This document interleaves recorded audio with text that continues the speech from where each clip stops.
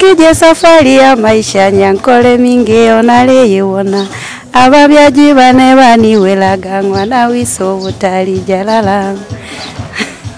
Habari za wakati huu, unaongea na Mr. Esau ndani ya Nzengo Media. Sasa leo nimekutana na madam hapa. Madam ni msanii wa nyimbo za asili. Kwa jina anaitwa Nyankole na nimemfuatilia sana huyu mama, anaimba vizuri lakini kuna wakati naona sielewi. Acha tuzungumze naye 1 2 3 tupate kujua. Madam, habari za wakati huu? Salama, mambo? Poa kabisa, mzima? Mimi mzima. Una sura nzuri bwana. Umeolewa? Ndio, nimeolewa. Umeolewa? Basi fursa imenichomoka. Okay, nitaka kufahamu, maana tunaangalia nyimbo zako, tunazisikiza sana nyimbo zako. Na kwa nini nyimbo sasa hivi zinapotea zinaonekana? Ni kwa sababu kuna kipindi fulani hivi nilikuja nikapata majanga kidogo. Sawa. Niseme kwa sasa hivi ni kama miaka mitatu hivi nilipata shida kidogo, nilipata ajali.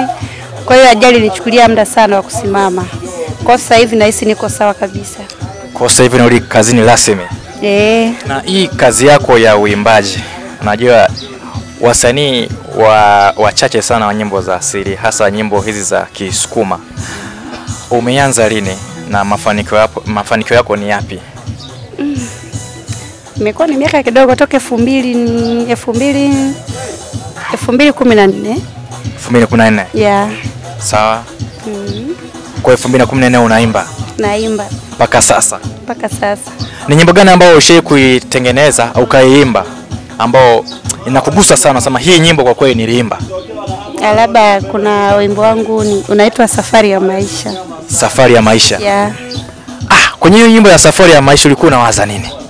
Basi tu niliwaza niseme tu nilipitia mambo mengi sana, nikajikuta tu nimeoza hii nyimbo hii safari yangu hii, ngoja nitunge iwe wimbo. Ndo nikaimba nikatunga wimbo unaitwa Safari ya Maisha.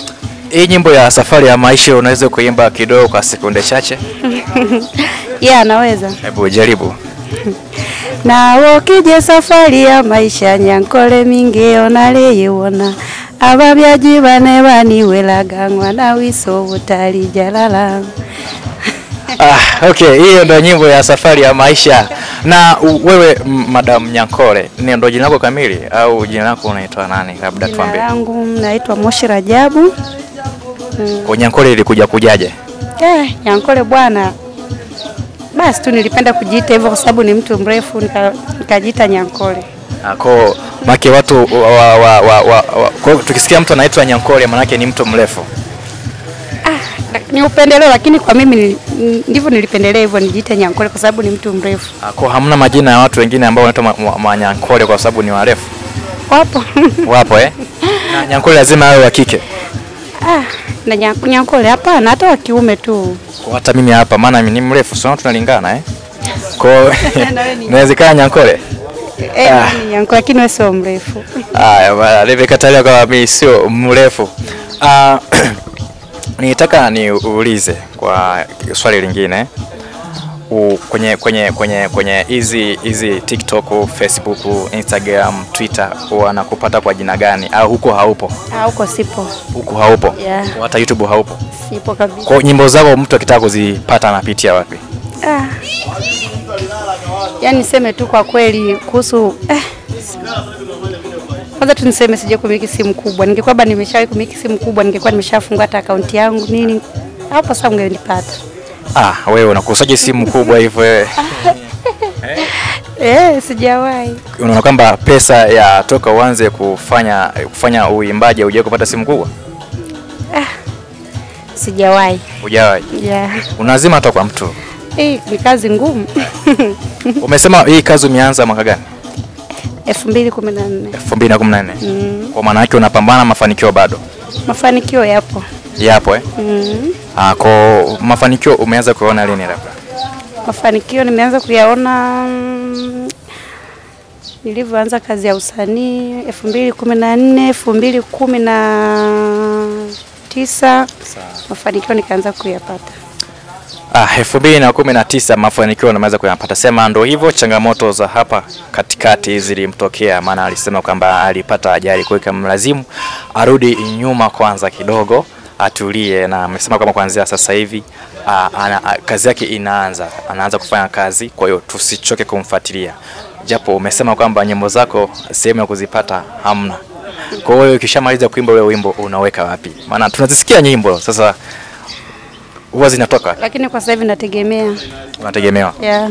Na huko kuna kutegemewa ili watu mashabiki zako ambao wanakutazama ndani ya Nzengo Media wazipate kupitia wapi? Kwa sasa hivi niseme tu niko nasubiri. Yaani niseme tu niko tayari sasa hivi kuwa na simu kubwa, nitafungua akaunti yangu, lakini sichelewi. Ndani ya mwezi huu. Basi usiache kutufuatilia ndani ya Nzengo Media, utakuja kupewa ujumbe hapo baadaye baada ya Nyankole kurudi kazini.